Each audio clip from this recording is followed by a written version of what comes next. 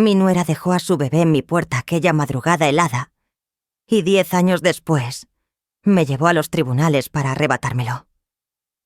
Sentí la punzada del honor familiar herido, pero respiré hondo y miré mi carpeta llena de pruebas, una vida entera de cuidados y silencios. No me derrumbé. Tejí mi defensa con paciencia como he tejido tantas mantas para mi familia. Esto es solo el comienzo de un drama donde la verdad y las tradiciones pesan más que las mentiras. Antes de continuar con la historia, suscríbete al canal y déjame un comentario diciendo desde dónde nos ves. Eran las 3 de la madrugada en un barrio antiguo de Salamanca. El invierno de 2013 mordía con ese frío que se cuela por las rendijas de las ventanas viejas. Yo estaba despierta sin poder dormir, repasando mentalmente las cuentas de la casa, cuando escuché un golpe suave en la puerta. No era un timbre, no era un golpe fuerte, apenas un toque insistente como si alguien dudara. Mi corazón, que ya a mis 65 años había aprendido a leer silencios, se tensó. Caminé despacio por el pasillo. El suelo de madera crujía bajo mis pasos, y al abrir la puerta encontré un capazo de mimbre. Dentro dormía un bebé arropado con una mantita azul claro, y sobre su pecho una nota doblada en 2. El aire helado entró de golpe.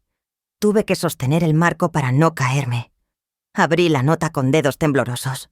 Las palabras eran pocas, pero cada una pesaba como plomo. Ahora te toca a ti. Yo no puedo más.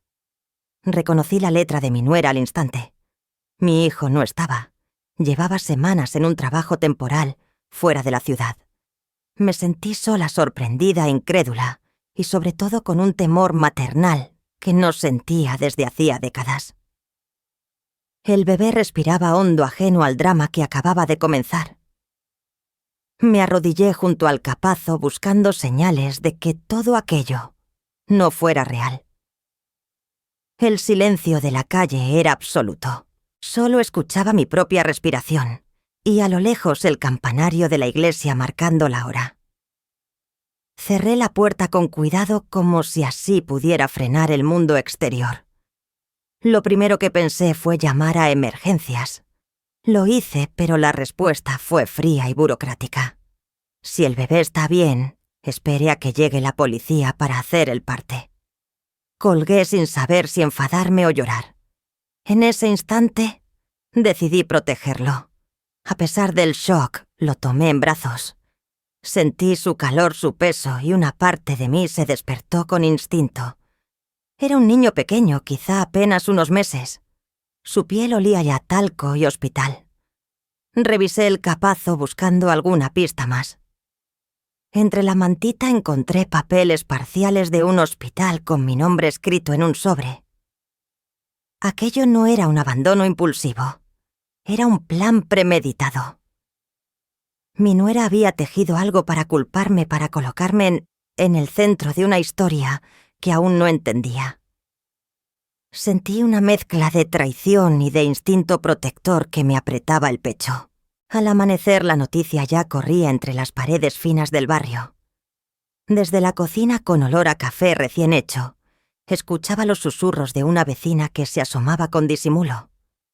Algunos familiares llegaron más tarde no para ayudar, sino para mirar. Sus ojos fríos me hicieron sentir que yo era la culpable invisible. No preguntaron por el bebé. Preguntaron por lo que había pasado de verdad. Yo no respondí. Mi nuera había sembrado dudas antes de desaparecer, y ahora yo quedaba atrapada en su versión. En ese ambiente de sospecha, con el bebé dormido en mis brazos y la nota temblando entre mis dedos, comprendí que mi aislamiento acababa de empezar. No era solo un niño abandonado, era un mensaje, un movimiento calculado en un juego que yo aún no veía completo. Cuando cerré la puerta aquella madrugada con el bebé en brazos y la nota temblando entre mis dedos, supe que algo mucho más grande se estaba gestando contra mí. El sobre cayó sobre la mesa de mi cocina como un ladrillo. Era primavera de 2023 en Alcalá de Henares y las ventanas estaban abiertas para que entrara el aire tibio, con olor a azahar.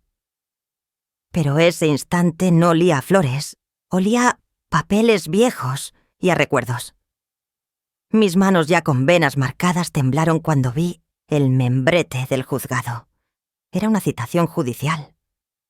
10 años habían pasado desde aquella madrugada en Salamanca, y aún así, al tocar ese papel, sentí el mismo escalofrío. Recordé la puerta helada, el capazo de mimbre, la nota breve. Y ahora todo volvía no en un susurro, sino en letra oficial. Mientras leía, la luz de la mañana dibujaba sombras en el mantel.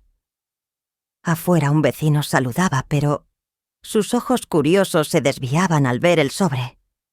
Sabía que los rumores existían, que mi nuera había contado su versión. Yo, mientras tanto, crié a ese niño como si fuera la última oportunidad de mi vida para hacer las cosas bien. Sin embargo, en las calles de este barrio tradicional, ya nadie preguntaba con inocencia. «Es cierto que... dicen que...». Los susurros eran cuchillas suaves. Cerré la carta y la dejé sobre la mesa. Me senté y, sin darme cuenta, mis dedos buscaron el pañuelo bordado de Elvira, la madre de mi madre, que siempre guardaba en un cajón. Era mi ancla emocional, la única herencia limpia. Lo pasé por mis dedos como si así pudiera enraizarme en algo firme. La resiliencia me brotó en silencio como tantas veces antes. Encendí la televisión para distraerme, y allí estaba ella, Encarnación. En un programa llamado Madres Luchadoras, relataba su versión de los hechos. La presentadora asentía, los espectadores aplaudían. Yo tuve que dejarlo porque era peligroso para él. Decía Encarnación con voz quebrada y mirada al suelo.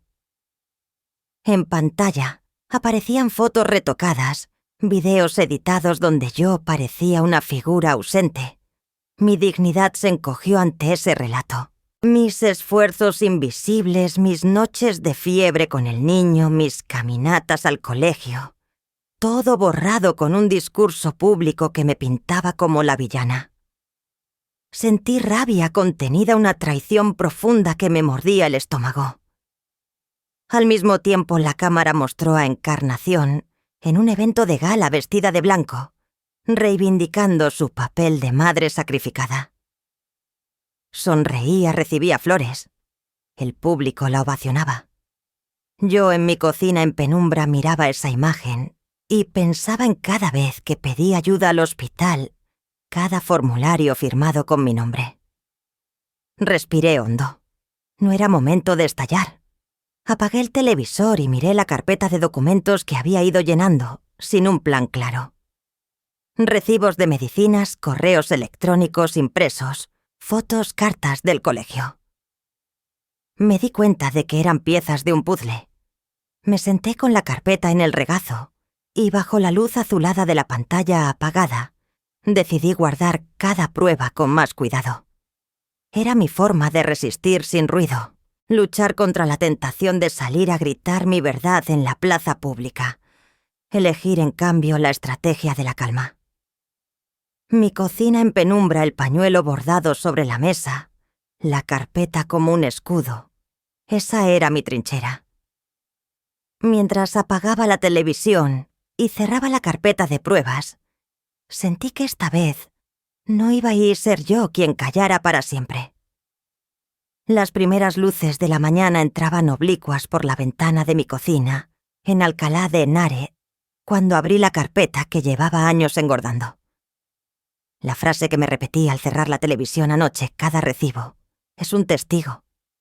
Resonaba mientras desplegaba sobre el mantel los papeles del padrón, las citas de pediatría, las notas del colegio y las fotos de Elvira. Cada sello, cada firma era una pequeña costura en la tela de nuestra vida juntos. Me detuve en una hoja con manchas de café de 2015 y recordé aquel día que la llevé al centro de salud con fiebre alta, y nadie más apareció. 10 años de citas médicas, tutorías y actividades, todas pagadas, firmadas, asumidas en silencio. La cocina olía a café recién hecho y a determinación vieja. Me invadía una mezcla de orgullo agotado y serenidad tensa. Todo ese esfuerzo había sido invisible para todos menos para mí, y en algún despacho alguien se preparaba para acusarme de alienación parental. Mientras pasaba las páginas sentía que cada imagen y cada tinta eran mis únicas armas contra relatos fabricados. El timbre del cartero cortó mis pensamientos.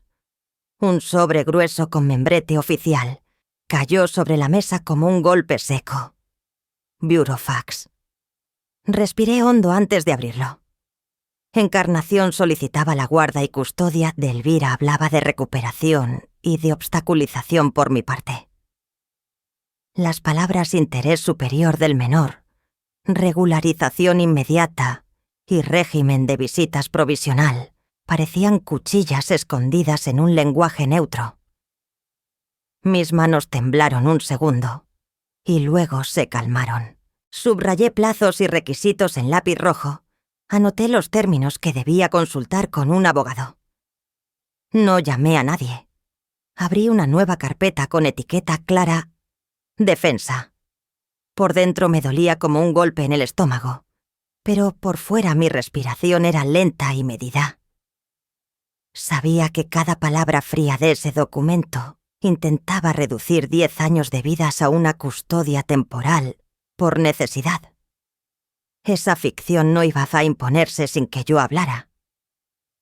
Entre los anexos venían extractos bancarios que supuestamente demostraban aportaciones periódicas de Encarnación para Elvira.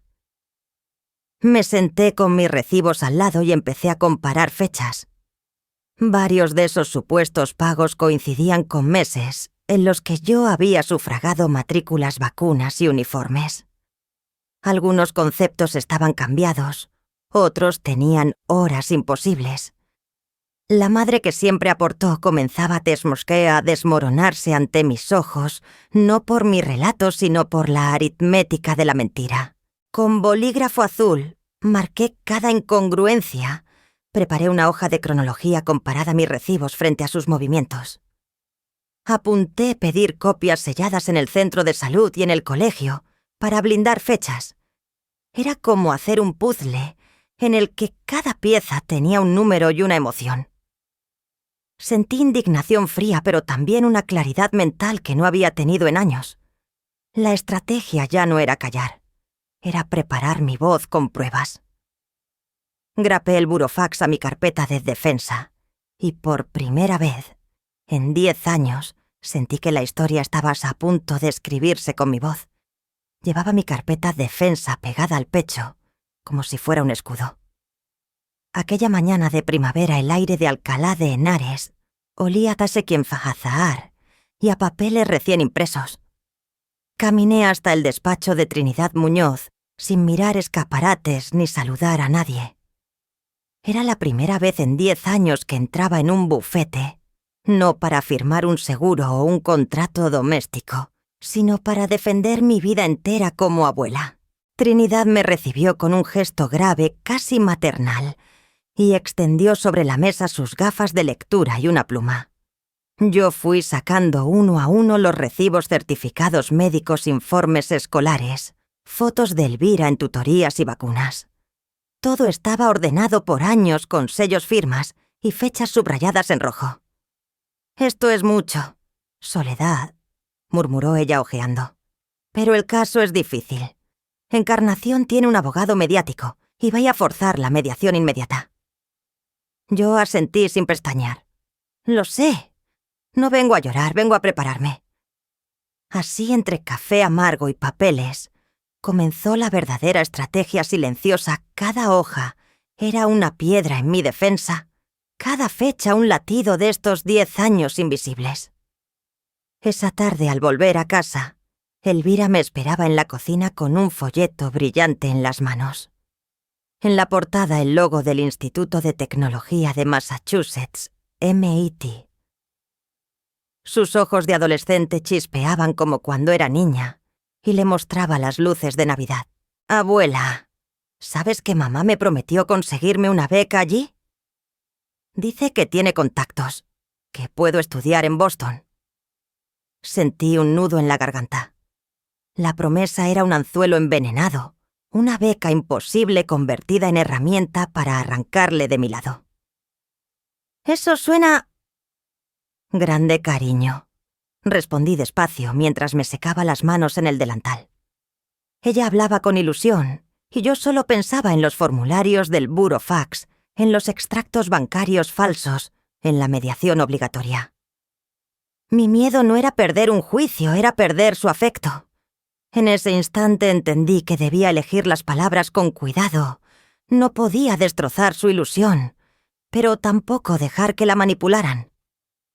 Elvira, todo lo que decidas estudiar aquí o fuera, yo te apoyaré, le dije, acariciándole el pelo.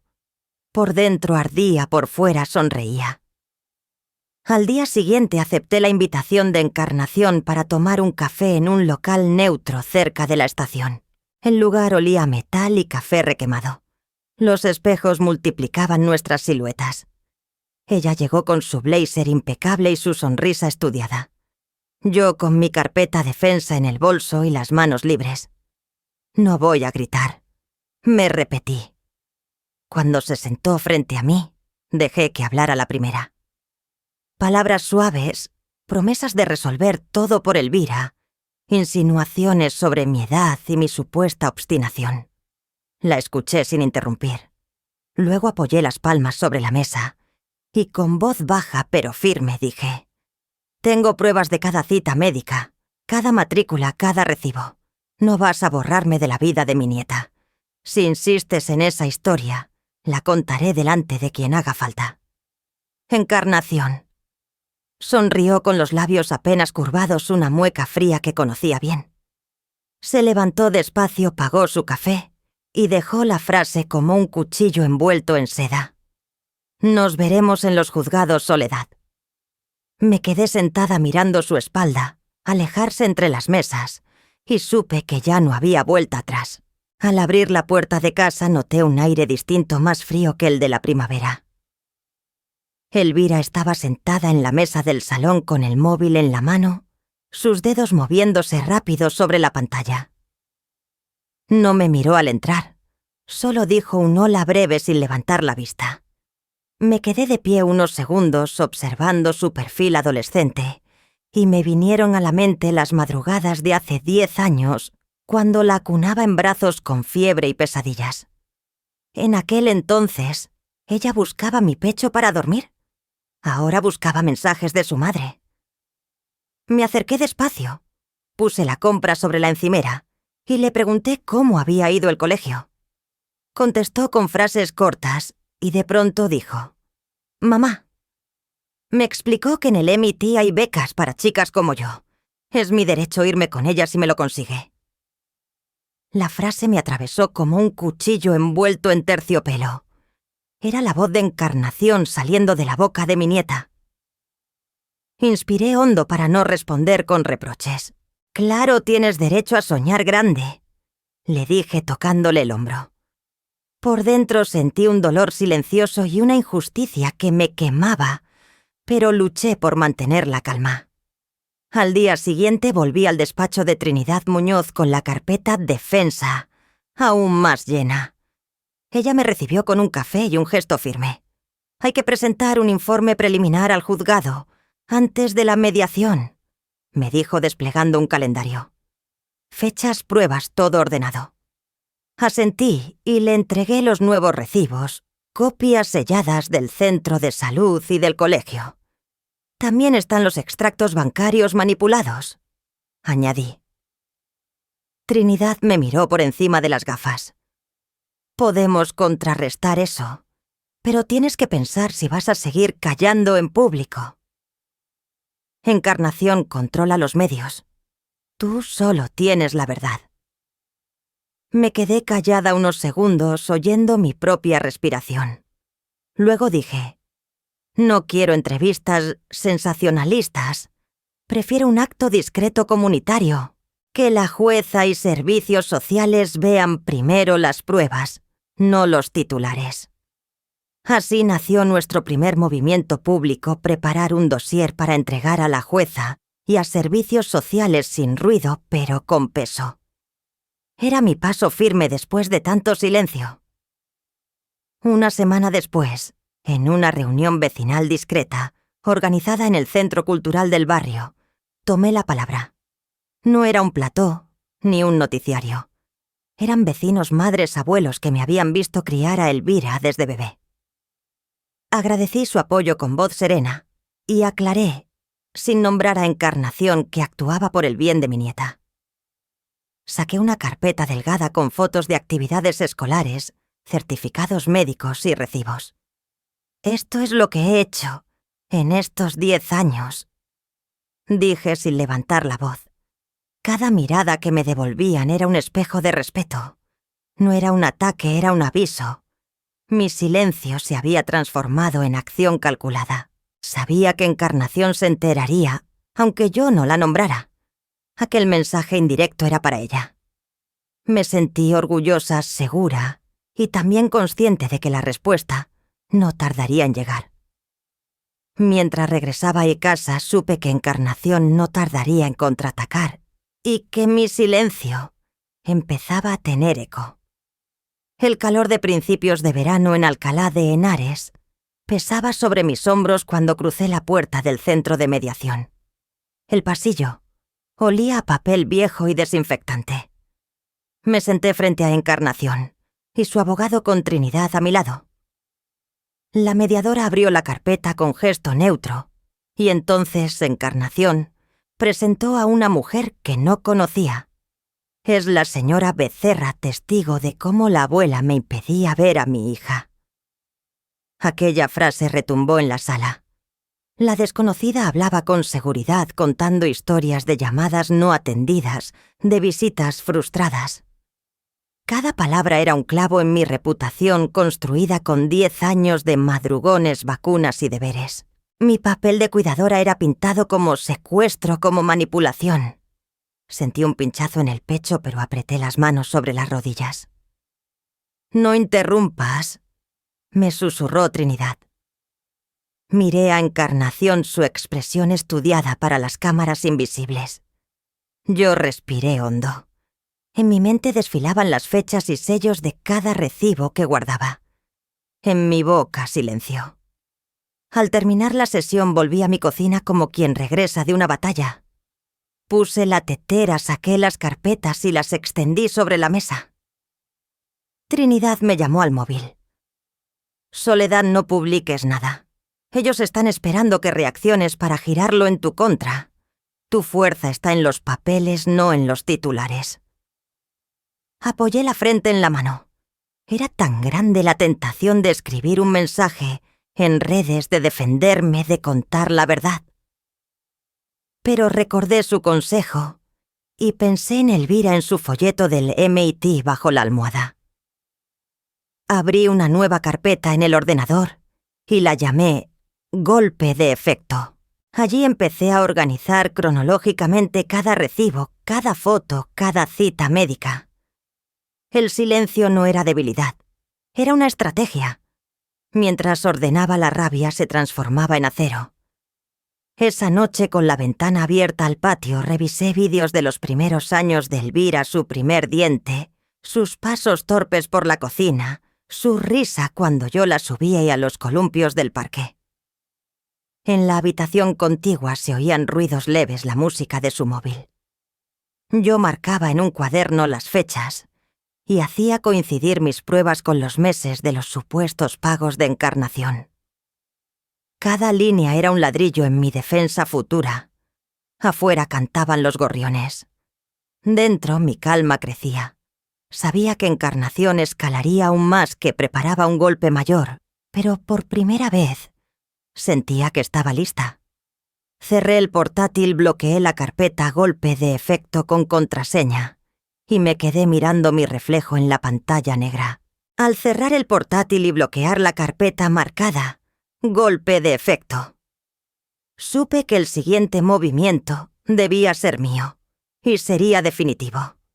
La invitación llegó como una caricia que esconde una espina.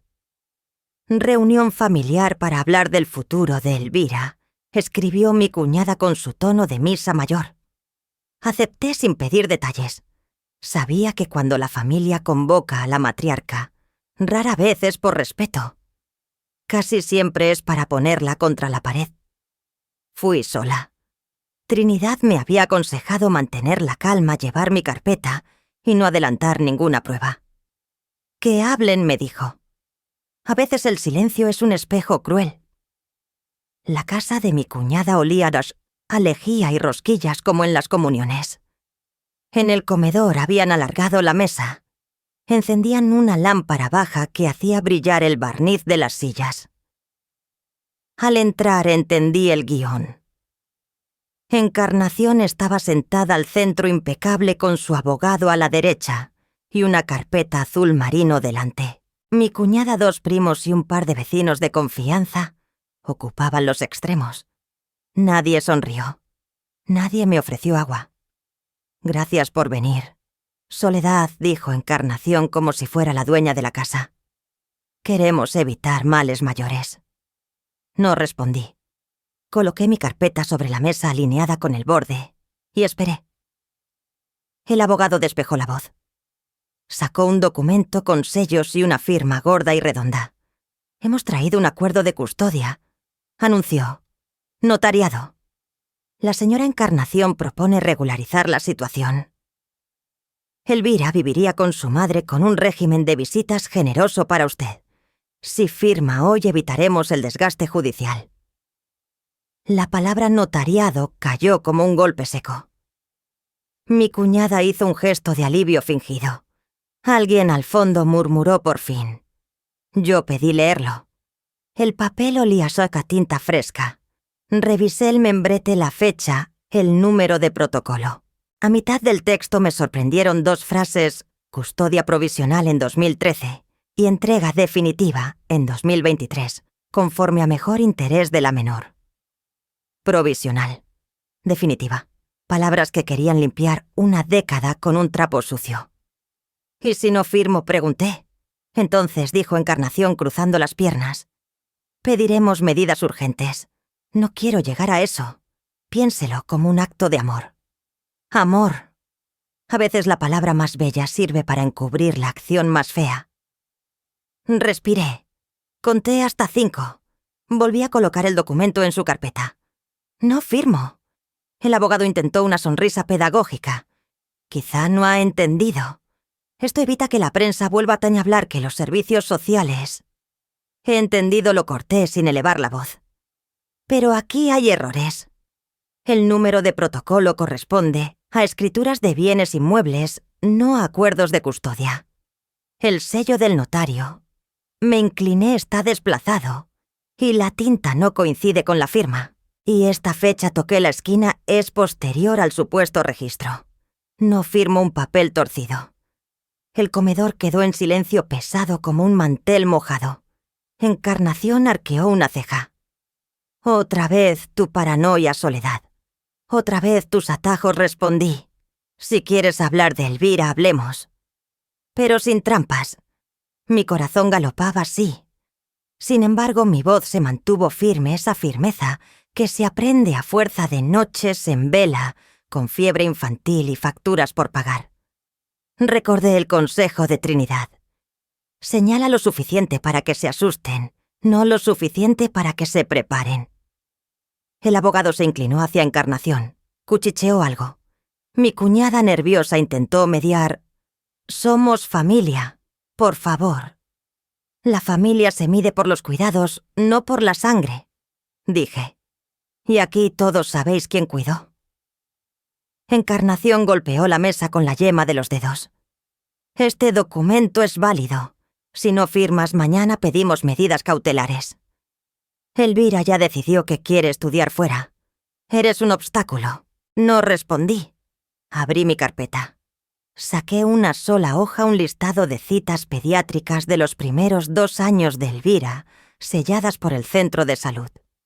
La deslicé como quien pone una carta mínima pero imbatible. Yo no soy un obstáculo. Soy la mujer que estuvo cuando nadie estaba. Se oyeron sillas inquietas. Y entonces la puerta del pasillo se abrió despacio. Antonio, el vecino de toda la vida, entró con su discreción de hombre que prefiere escuchar antes que hablar. Su nombre ya había resonado en el barrio desde la reunión vecinal. Nadie lo esperaba aquí. «Perdonad», dijo. «Me avisaron de que se debatía la verdad». Encarnación frunció los labios. «Esto es una reunión privada. La verdad nunca lo es del todo», replicó. «Soledad. ¿Puedo?», asentí. Antonio puso sobre la mesa su propio sobre. Dentro impresiones de un viejo chat de WhatsApp del Portal del Invierno de 2013. Fotografías borrosas del capazo en el rellano, tomadas por un vecino insomne. El registro de la llamada al Icacas Emergencias a las 3:06. El recibo del taxi que él mismo pagó para llevarnos al centro de salud, porque yo temblaba demasiado como para conducir. Había fechas, horas, nombres. Había memoria. «Estuve allí», dijo mirando a los presentes. «Vi a Soledad con el bebé. Vi la nota. Nadie vino a reclamar a la niña. Durante años la he visto llevarla al cole a las revisiones a tutores. Lo digo aquí delante de todos si hay madre que haya estado. Es ella». El aire cambió de color como cuando una tormenta decide marcharse sin descargar. Encarnación trató de recuperar la sonrisa, pero se le quebró en la comisura. Fotos borrosas, un chat de vecinos. Despreció. «No es prueba. No es la única», respondí. «Pero basta para que no me trates como a una intrusa en mi propia historia». Mi cuñada miró a Encarnación y por primera vez dudó. Los primos evitaron mi mirada. El abogado recogió el documento azul con manos menos seguras que al principio. «Soledad», dijo. Encarnación hundiendo cada sílaba. «Esto no ha terminado. Nunca empezó donde tú querías», contesté. Me levanté despacio. Acerqué el listado pediátrico a Antonio. «Gracias». Él negó con la cabeza. «Gracias a ti por aguantar». Encarnación se enderezó, volvió a clavarme los ojos y dejó caer su amenaza como una moneda en un pozo. «Nos veremos en los juzgados». La sala contuvo el aliento. Yo tomé mi carpeta. No había gritos ni portazos. Solo ese temblor pequeño en las manos de quien sabe que la máscara empieza a resquebrajarse. Guardé en mi bolso el sobre con el número de protocolo mal impreso, porque todo error merece archivo. En el pasillo la lámpara del techo parpadeó. Pensé en las noches en vela de estos años en el peso de un capazo, a las 3 de la madrugada en la promesa que me hice por Elvira, no rendirme. Al salir a la calle el calor me golpeó la cara. Antonio me acompañó hasta la puerta. «¿Preparada para lo que viene?», preguntó. «Llevo 10 años preparándome», dije. Y mientras el eco de las palabras de mi aliado aún vibraba en el comedor, vi cómo las manos de Encarnación temblaban sobre su documento falso. Supe entonces que esta guerra entraba en una fase nueva, menos amable, más verdadera. La mía. El mármol del juzgado de Madrid reflejaba el sol como si fuera una plancha blanca. Subí los peldaños despacio con Trinidad a mi lado y la carpeta ajustada contra el pecho. El calor de julio pegaba en la nuca. El edificio olía a papel antiguo y café reciente. A la entrada un guardia me pidió el DNI con cortesía de funcionario cansado. Se lo di sin soltar la carpeta. No tiemblo por capricho, pensé, tiemblo porque llevo 10 años sosteniendo lo que otros soltaron. En el vestíbulo bajo la cúpula resonaban pasos y murmullos. Encarnación ya estaba allí maquillada como para una gala flanqueada por su abogado y 2 caras conocidas de la tele local. Una reportera le rozó el codo. Ella inclinó la cabeza para que le vieran el perfil bueno. No me acerqué. Trinidad me rozó el antebrazo, un gesto breve. «Respira. Hoy hablan los papeles». Asentí. Si de algo he aprendido en la vida es a bajar el pulso sin bajar la cabeza. Elvira no estaba. Lo supe por la ausencia de su risa de campana y por una punzada que me atravesó, esa que duele y sin embargo sostiene. Me senté en el banco de madera, recé sin palabras. Cuando nombraron nuestro expediente, el eco de mi apellido rebotó en la sala como una piedra en el agua. La jueza era una mujer de mediana edad, con ojos atentos. Abrió el expediente y nos hizo un gesto. Habló primero Encarnación. Con la voz entrenada para las cámaras, relató su sacrificio, su proceso de recuperación, las dificultades para contactar con su hija. Su abogado agitó unos extractos bancarios como si fueran estampas milagrosas. Reconocí el número de cuenta y la vieja mentira, pagos que no cuadraban ni con calendarios ni con conceptos. ¿Desea intervenir?, preguntó la jueza. Me puse de pie. La madera crujió bajo mis sandalias. Coloqué la carpeta sobre la mesa, abrí la solapa con una calma que no sabía que tenía. Sí, señora jueza. Deseo que se escuche la parte que no tiene aplausos. Saqué la primera pieza, una cronología impresa en papel grueso, meses y años en columnas limpias. Señalé con el dedo. Aquí están las citas de pediatría con sello del centro de salud y firma de la doctora.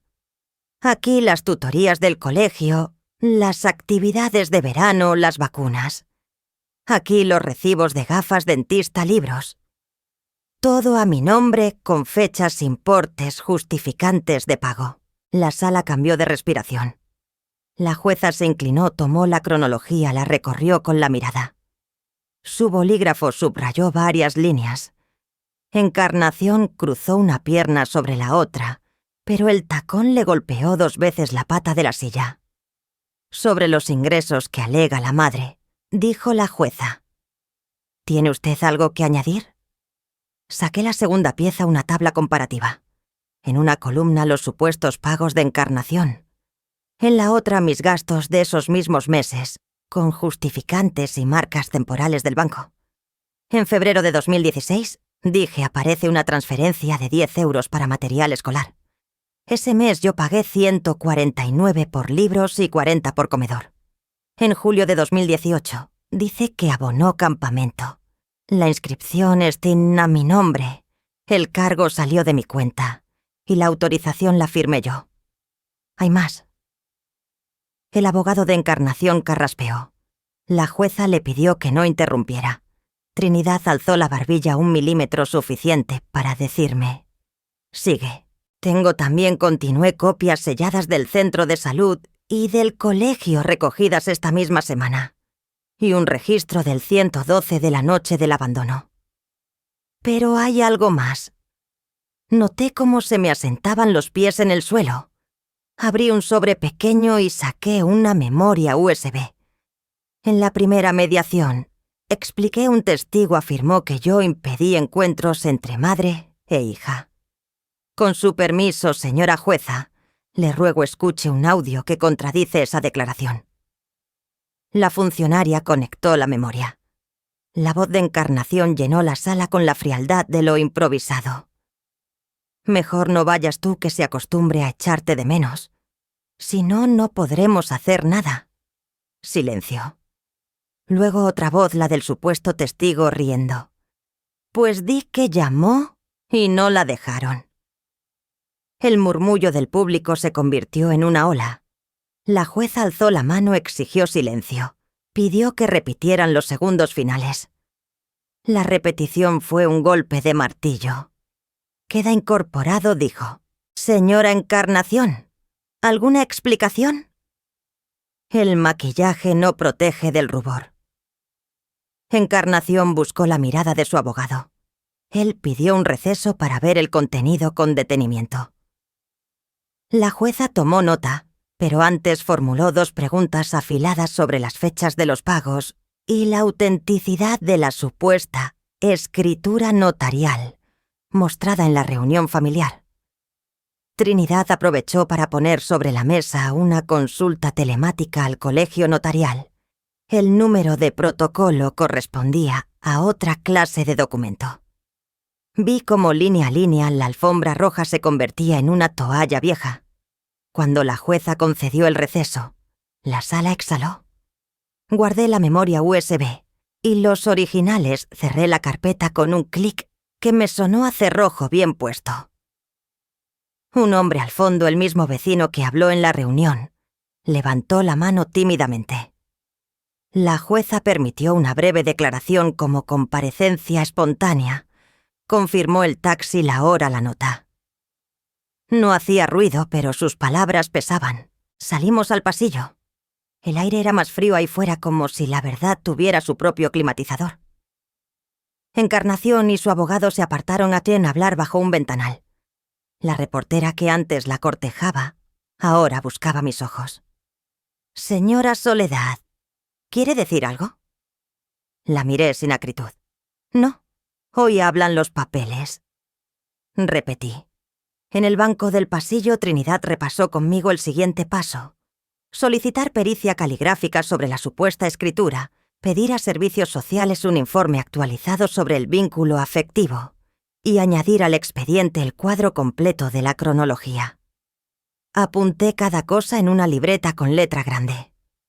Me conozco, la emoción se olvida, las notas no. La puerta de la sala se abrió y un corrillo de asistentes comenzó a cuchichear. ¿Has oído el audio? La jueza la ha pillado. Pues en la tele decía otra cosa. No son vítores, son grietas.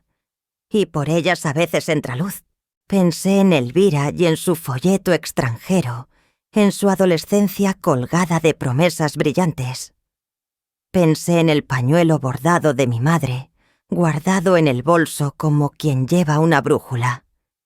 Me acerqué al ventanal. Madrid ardía bajo un cielo limpio. En el cristal se reflejaba mi silueta, una mujer mayor de pelo corto y espalda recta con una carpeta en la mano. No era la heroína de un drama. Era la abuela que aprende el idioma de los sellos, que mide los días por citas y firmas, que habla cuando es necesario y calla cuando conviene. El silencio entendí de nuevo. No es vacío, es un arma cuando se llena de argumentos. El alguacil avisó del fin del receso. Antes de entrar, Encarnación cruzó por mi lado. Sus ojos ya no buscaban cámaras, buscaban salidas. «Esto no acaba aquí», susurró. «En eso por fin estamos de acuerdo», dije. «Regresamos a nuestros sitios». La jueza golpeó una vez la mesa breve. Tomó aire y miró de frente. Mis manos temblaron un instante leve como una hoja al borde del agua, pero mi voz, cuando me pidió una última aclaración, salió limpia. Había esperado mucho para ese momento y sin embargo no había odio en mí. Solo la voluntad de que quedara claro lo que tantos años sobrevivió en silencio. El mazo marcó el receso formal. Antes de sentarme alcé la vista y me encontré con los ojos de Encarnación ya no triunfales sino acorralados. Supe entonces que la marea había cambiado. Desperté antes del alba con el cuerpo todavía en guardia. Preparé café y por costumbre dejé el pañuelo bordado de mi madre junto a la taza. Encendí la televisión sin volumen. En la franja inferior corrían titulares que por primera vez no me reducían a la caricatura de abuela obstinada. Se oyen nuevas pruebas en el caso de custodia. Audios contradicen testimonio clave. La jueza cuestiona la versión de Encarnación. Subí el volumen lo justo para escuchar a una tertuliana decir: «Quizá hemos juzgado demasiado deprisa». Apagué. No necesitaba aplausos, solo que la verdad respirara. Bajé al mercado con mi carrito de ruedas. La frutera me guiñó un ojo y deslizó 2 naranjas de más en la bolsa. El farmacéutico, al ver mi receta, dijo sin énfasis: «Ánimo, Soledad». Hubo quien no se acercó. Las personas se mueven por corrientes invisibles. Aun con ese calorcito en el pecho, supe que el día traería otra cosa. Con Encarnación cada paso adelante tiene su réplica. La experiencia me ha enseñado a saborear la tregua sin dormir la vigilancia. De vuelta a casa encendí la radio. En las noticias del mediodía, una reportera frente al juzgado resumía mi golpe de efecto sin llamarlo así. Cronologías, recibos, sellos. Dijo: meticulosidad. Sonreí para adentro. Recogí de la mesa los papeles de la carpeta Defensa y repasé mi lista informe escolar actualizado, petición de pericia, solicitud a servicios sociales. Todo seguía en su sitio como mi respiración. Al terminar el café, el móvil vibró con el nombre de Trinidad en la pantalla. Han movido ficha, dijo sin rodeos. Encarnación ha presentado una solicitud de medidas urgentes por supuesto maltrato psicológico a la menor. Quieren una retirada cautelar. El aire me entró de golpe como si la casa hubiera abierto una ventana sola. ¿Con qué base alegan aislamiento, manipulación afectiva y campaña pública contra la madre? Piden vista en 48 horas. Tenemos que responder hoy mismo. Se hizo un silencio breve de profesionales que piensan. Miré el reloj de la cocina, el borde gastado de la mesa, la silla donde Elvira estudiaba. No imaginé puños, imaginé sellos. Trini, lo que se dice en los pasillos no sirve. Necesitamos técnica, dije. Ya la tenemos. Adjuntaremos tu cronología completa, la constancia de matrícula y actividades, los informes pediátricos y del instituto y el audio. Pediré que el equipo psicosocial valore el vínculo y la estabilidad. Pero hay más, necesito que seas de piedra en redes y ante cualquier cámara. Ni un post, ni un comentario. ¿Soy de piedra desde que me dejaron un capazo? Respondí. Lo sé. Y hoy lo necesitas más que nunca. Te mando un borrador de oposición en 1 hora. Léelo con calma, subraya y nos vemos a las 6 para firmar. Agradecí, colgué y apoyé la frente en el cristal de la ventana. Afuera los niños jugaban a balón en la plaza. Pensé en la palabra maltrato, cayendo sobre mis hombros como un abrigo ajeno. Respiré hondo 3 veces. Luego abrí el portátil y empecé a ordenar por última vez lo ya ordenado, cada cita, cada justificante. El orden es una oración cuando la tormenta regresa. A media tarde oí la llave de Elvira. La vi entrar con el pelo húmedo y los ojos encendidos como si la piscina no le hubiese quitado el fuego de dentro. Dejó la mochila en el suelo y se quedó de pie, clavada en el umbral de la cocina. Le bastó mirarme para que se soltaran las amarras. Abu dijo, y la voz se le rompió. No puedo más. Cogí una silla. Ella se sentó en mis rodillas como cuando era pequeña, solo que ahora sus hombros me cubrieron el pecho. Temblaba, pero no de frío. Me llama todas las noches. Sollozó. Me dice que si no la elijo a ella me quedaré aquí, que me perderé el MIAT, que nadie me querrá en ninguna parte. Me enseña mensajes de gente que dice que soy una malagradecida por no volver con mi verdadera madre. Me prometió un piso, Abu. Un piso para las 2 en Boston. Y que allí nadie te conocerá. La abracé. Acaricié su pelo con la paciencia de quien apaga brasas sin humo.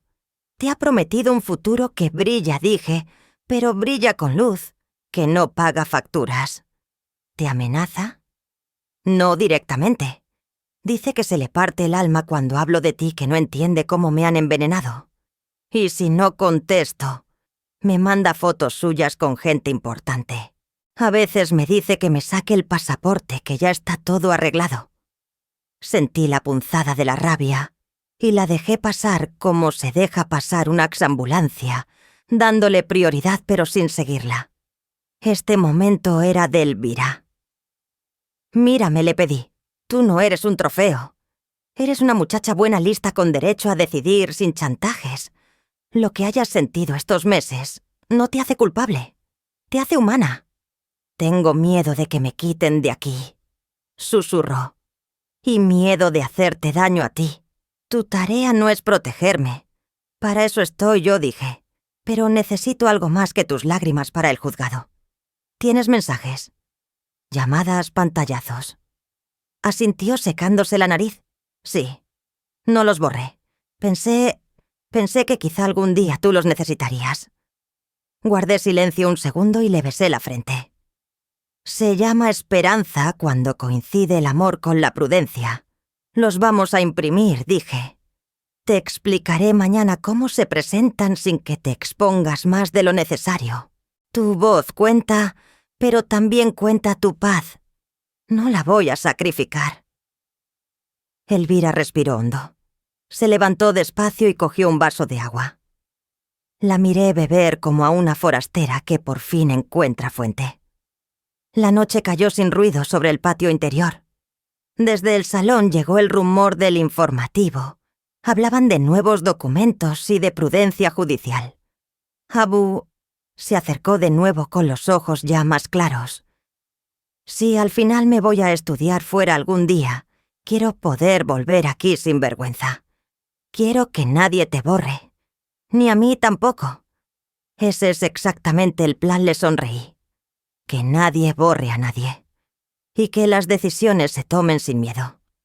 La acompañé hasta su cuarto. Recogí la mochila, enderecé la silla, apagué las luces de la casa, como quien cierra un telón sin aplausos. En la cocina abrí la carpeta Defensa y añadí una nueva pestaña Mensajes. Escribí en la libreta 3 líneas contestación, en 48 horas. Informe psicosocial. Preservar a Elvira. El orden volvió a ser oración. Antes de acostarme, miré el móvil. Trinidad había enviado el borrador y una nota. No respondas a nadie. Mañana a primera hora firmamos y pedimos medidas de protección si hace falta. Apoyé la palma sobre el pañuelo bordado. En esta batalla entendí la verdad. Trae luz, pero la luz también atrae insectos. Y ahora había que proteger algo más que mi nombre.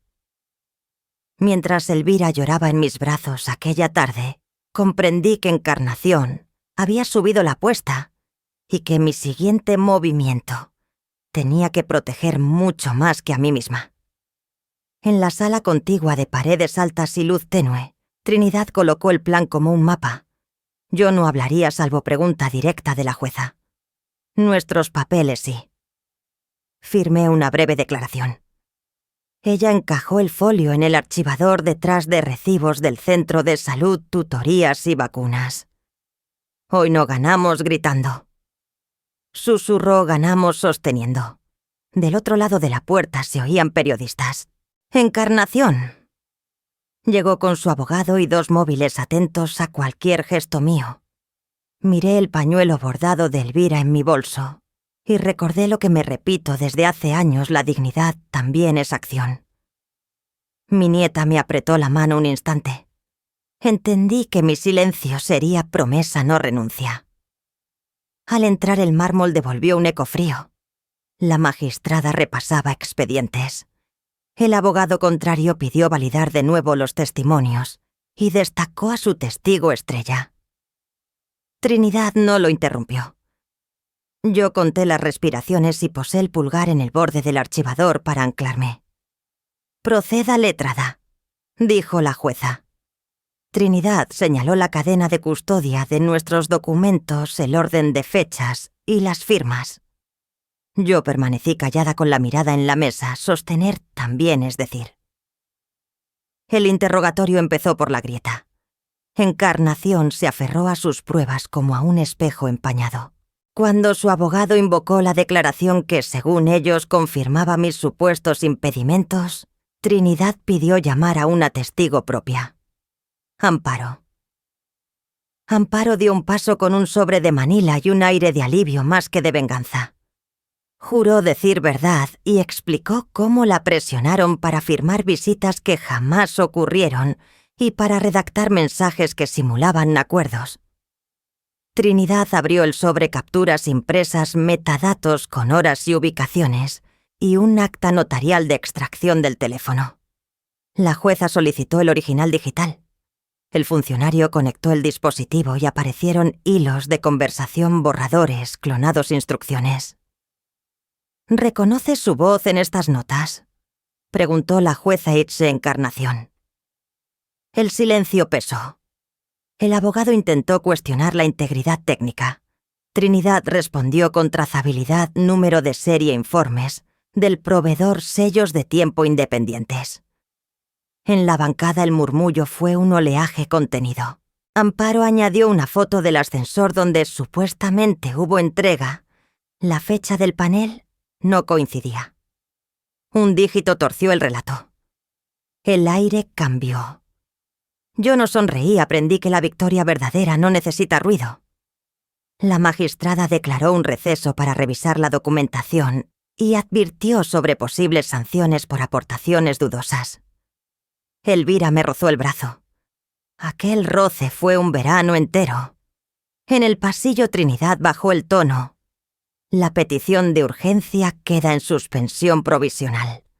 Y hay más en el descubrimiento. Han aparecido movimientos etiquetados. Regalo de tu madre. Quiero que lo veas. Me entregó copias de una factura y un ingreso con mi nombre como adorno y la firma de otro. El patrón de siempre cubrir ausencias con mi origen. Afuera las cámaras ya no buscaban mi gesto con la misma hambre. Un periodista preguntó sin empujar. Dije lo mínimo: confío en la justicia y en los hechos.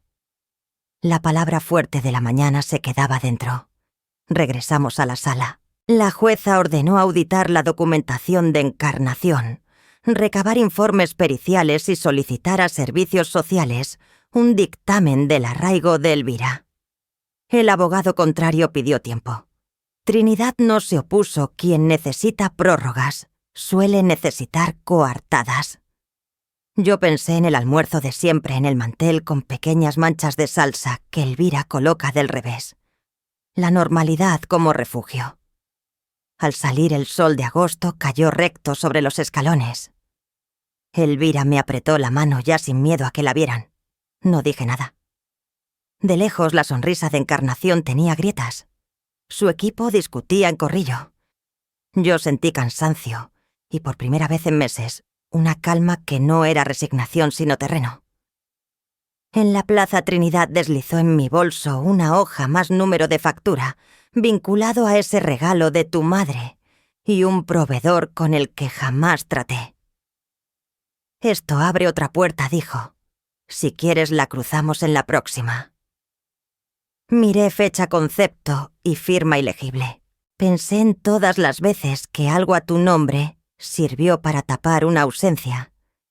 En la niña que duerme con folletos de universidades bajo la almohada. En mi guiso lento y en el pañuelo con iniciales que nadie reescribirá. Bajamos los últimos escalones. Madrid siguió su ruido de mediodía. Amparo pasó a mi lado. Nos miramos y no hizo falta decir gracias. El decorado empezaba a caer. Faltaban piezas por derrumbarse, pero el escenario ya no era el mismo. De vuelta taras a casa me aferré a la rutina. Lavé. Fruta. Puse agua a hervir. Revisé el correo. La normalidad me salvó otras veces, cuando apareció el capazo en mi puerta. También pelé patatas para no caer. Hoy hice lo mismo. Ordené el archivador en la mesa del comedor y añadí: separadores. Audio metadatos. Cadena arraigo. Elvira se sentó enfrente. No hablamos.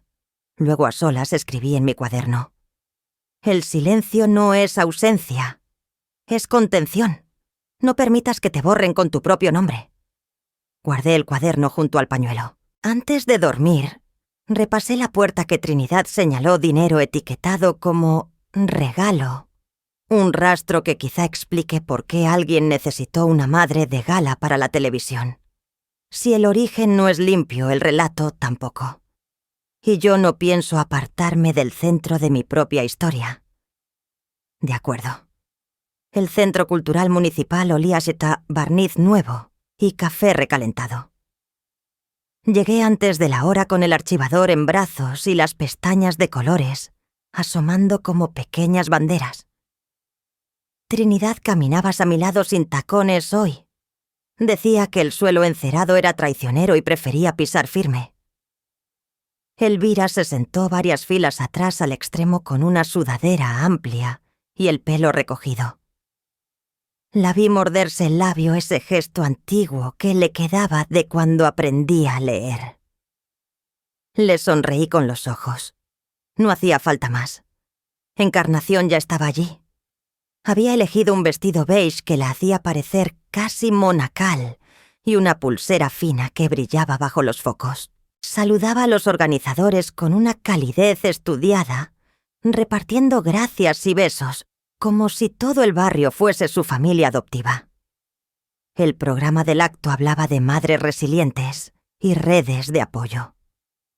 Ella había pedido abrir el encuentro con un testimonio. La presentaron con música suave y un aplauso discreto. Subió al escenario y el micrófono le obedeció a la primera. Yo respiré hondo. No iba a competir por afecciones ni por lágrimas. Había prometido proteger a Elvira sin espectáculo. Encarnación comenzó su relato 10 años de ausencia, justificadas por trabajos en el extranjero, una lucha silenciosa por recuperar a su hija y una abuela yo demasiado apegada que no supo soltar. Palabras moldeadas para encajar bien en cámaras. De cuando en cuando miraba al público como quien pide absolución. Noté que Elvira bajaba la vista. Trinidad apretó mi antebrazo y soltó: «Tranquila, tú vas después». Cuando me llamaron, la sala estaba tibia y expectante. Subí con el archivador sujeto contra el pecho. No me detuve en prólogos. Coloqué el micrófono a mi altura y hablé lo bastante despacio para que no hubiese confusión. Traigo 3 datos precisos y un documento que cualquiera podrá verificar. Abrí la pestaña roja regalo de tu madre. Saqué la factura original y sus copias selladas. Leí en voz clara cifra, fecha, concepto. No adorné. No acusé. Luego mostré los recibos que cuadraban con ese gasto, transferencias a una agencia de comunicación y pagos a un despacho de imagen pública, realizados el mismo mes en que, según Encarnación, había cubierto necesidades esenciales de Elvira. Los murmullos fueron inmediatos como viento que se levanta en un patio. Levanté las hojas enseñando el sello de la entidad emisora, el número de referencia, el sello de cadena de custodia. Estos mismos documentos, dije, ya están incorporados al expediente judicial. Aquí hoy solo pido que quien quiera comprobarlos los compare con el calendario de atenciones médicas, matrículas y gastos domésticos que también obran en el juzgado. Trinidad dio 2 precisiones jurídicas cortas, quirúrgicas: la trazabilidad bancaria y la coincidencia con las fechas de los comunicados de prensa que Encarnación había difundido sobre su retorno como madre. El organizador, un hombre de barba gris, se inclinó hacia Encarnación y le pidió una explicación. Encarnación sonrió primero, luego tropezó con sus propias palabras. Dijo que yo malinterpretaba que aquellos pagos eran obligaciones colaterales para limpiar su nombre y así poder ser una buena madre. Agradeció mi orden con un tono que quiso ser magnánimo. Yo no respondí. Sostuve los papeles como quien sostiene un espejo, ni más alto ni más bajo. Le cedí el micrófono al moderador y regresé a mi asiento despacio, sin mirar a los lados. En el trayecto rocé con los dedos el pañuelo bordado de Elvira que guardaba en el bolsillo del abrigo. Un ancla no se ve, se siente. Lo que vino después no fue un estallido, sino un giro del aire. 2 mujeres de la asociación murmuraron, otra pidió una pausa al programa. Un periodista local tomó nota del número de referencia de la factura. Vi a un vecino de mi calle negar con la cabeza ante Encarnación, cuando ella trató de retomar la narrativa del sacrificio. En la fila del fondo, Elvira levantó los ojos. No eran de reproche ni de euforia, eran de alivio y susto a la vez como los de quien ve acercarse la orilla sin saber si el suelo será arena o roca. Al terminar el acto, la organización le comunicó a Encarnación que su charla invitada quedaba en suspenso hasta aclaraciones. Trinidad recibió un mensaje. La vibración seca de su móvil se notó en mi costado. Leyó en la pantalla y alzó una ceja apenas. La jueza ha señalado una sesión final de prueba. Quieren resolver ya. Asentí. Tomé una botella de agua y bebí sin prisa. En el vestíbulo los carteles de cursos de teatro y de informática parecían observar la escena. Una señora que no conocía se acercó para apretarme la mano. Gracias por hablar sin gritar. Le devolví el gesto.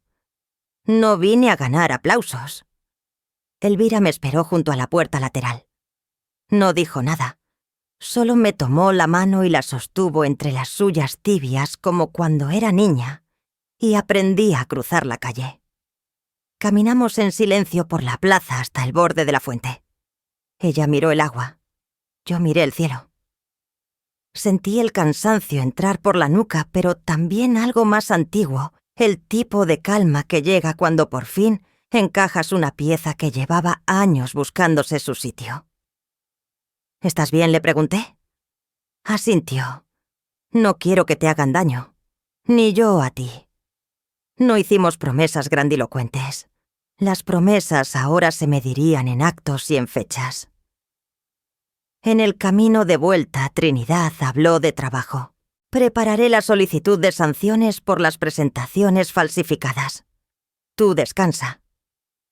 Mañana ajustamos el índice del expediente y cerramos la lista de testigos. Tomé nota mental de una llamada pendiente al centro de salud para revalidar un par de sellos. Imaginé el viernes como un pasillo iluminado al fondo, una puerta entreabierta que esperaba desde 2013.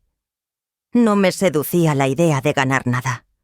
Me sostenía la necesidad de poner las cosas en su sitio, una por una, sin ruido. Encarnación salió por la entrada principal rodeada por 2 personas de su círculo. Me vio, quiso mantener el gesto de serenidad, pero los ojos le brillaron con una inquietud impaciente, como los de alguien sin asidero. Por un momento pensé en todo lo que pudo haber sido distinto si aquella noche, en vez de abandonar a su hija, hubiera llamado al timbre y dicho ayuda. Hay decisiones que, tomadas en un minuto, exigen luego años de teatro para justificar el minuto. Yo había gastado los míos cuidando a Elvira. Ella construyendo un relato. Las cuentas al final no cuadran con canciones. Cuando bajó la tarde el centro cultural, fue quedándose vacío. Elvira y yo nos detuvimos frente al tablón de anuncios. Un curso de memoria para mayores, una exposición de fotos antiguas del barrio, una charla sobre voluntariado. Podríamos ir a la exposición el domingo, dijo. Podríamos. La palabra nos supo a pan recién hecho. Salimos a la calle con la claridad más baja, esa que vuelve doradas las fachadas sin engañarlas. Me metí el pañuelo bordado en la manga para no perderlo. Elvira soltó mi mano y enseguida volvió a cogerla, como si practicar la distancia ya no fuera necesario. Al cruzar la plaza sentí la vibración de mi móvil dentro del bolso. No hizo falta mirarnos para entender que ambas temíamos y deseábamos la misma noticia. Saqué el teléfono, abrí el mensaje «Juzgado de primera instancia». Se señala vista final para el viernes a las 9:30. Trinidad envió otro inmediatamente después. «Es la nuestra». Cerramos. Respiré hondo. No levanté los brazos, no lloré, no declaré victoria. Apreté la mano de Elvira con la seguridad de quien ata un lazo que ya no se soltará. Al salir al aire fresco de la tarde, mi móvil volvió a vibrar con la notificación del juzgado. Vista final señalada para el viernes. Era hora de terminar esto. Entré al Palacio de Justicia de Madrid, con el corazón apretado y la carpeta Defensa contra mi pecho. El mármol frío del vestíbulo amplificaba cada paso, como si los últimos 10 años resonaran en eco sobre mis hombros. A mi lado, Trinidad revisaba por última vez los separadores del dossier, cronología, sanciones, custodia. Elvira apretaba mi mano bajo el banco, su mirada fija en la puerta del estrado. Encarnación estaba sentada rígida con el rostro tensado y su abogado murmurándole al oído. Yo respiraba lento, controlando el temblor que siempre llega antes de la verdad. No iba a dejar que ese temblor me definiera. La jueza repasó en voz alta el historial del caso, testimonio de amparo, facturas expuestas, contradicciones en los escritos anteriores. Cada palabra era un golpe que quitaba peso de mis hombros. Mientras la jueza hablaba, yo pensaba en la madrugada de Salamanca, en aquel capazo en mi puerta. La sala estaba llena, pero yo sentía un silencio íntimo, como si el tiempo me hubiera traído hasta aquí para cerrar un círculo. Aguanté la respiración y apreté la mano de Elvira. Cuando la jueza invitó a Elvira y Tania a hablar, el murmullo se detuvo. Mi nieta se levantó despacio, con una serenidad que no había tenido en semanas. Su voz tembló solo en la primera palabra. Después se volvió clara, dijo que elegía quedarse conmigo, que quería estabilidad, que las promesas y presiones que había recibido ya estaban en el expediente. Nombró sin dramatismo las condiciones y amenazas, confirmó fechas y mensajes. Trinidad aprovechó para presentar el anexo final de la moción de sanciones. La jueza asintió y tomó nota. En un instante supe que Elvira había recuperado su voz y yo mi lugar. El ritmo de la audiencia se aceleró. La jueza dictó que cualquier contacto futuro de Encarnación sería supervisado y ordenó una evaluación familiar antes de aceptar nuevas peticiones. También advirtió sobre la manipulación de pruebas. Cualquier falsificación adicional podría acarrear sanciones y remisión a fiscalía. Sentí un nudo en la garganta, pero no era de miedo. Era la descarga lenta de una década de tensión. Miré a Elvira y la vi erguida respirando conmigo. La sentencia llegó como una campanada, custodia confirmada y a mi favor rechazo de la petición de emergencia y costas compartidas con Encarnación. No hubo aplausos ni gritos, solo un murmullo contenido. Encarnación bajó la vista por primera vez. Afuera las cámaras enfocaron, pero nadie se acercó. La nota oficial hablaba de manipulación documental y protección del menor. El relato había cambiado de dueña sin que yo levantara la voz. Al atardecer regresamos a Alcalá de Henares. La plaza de los Santos Niños estaba bañada en luz dorada y olía a pan recién horneado. Nos sentamos en un banco, mientras las campanas repicaban suaves.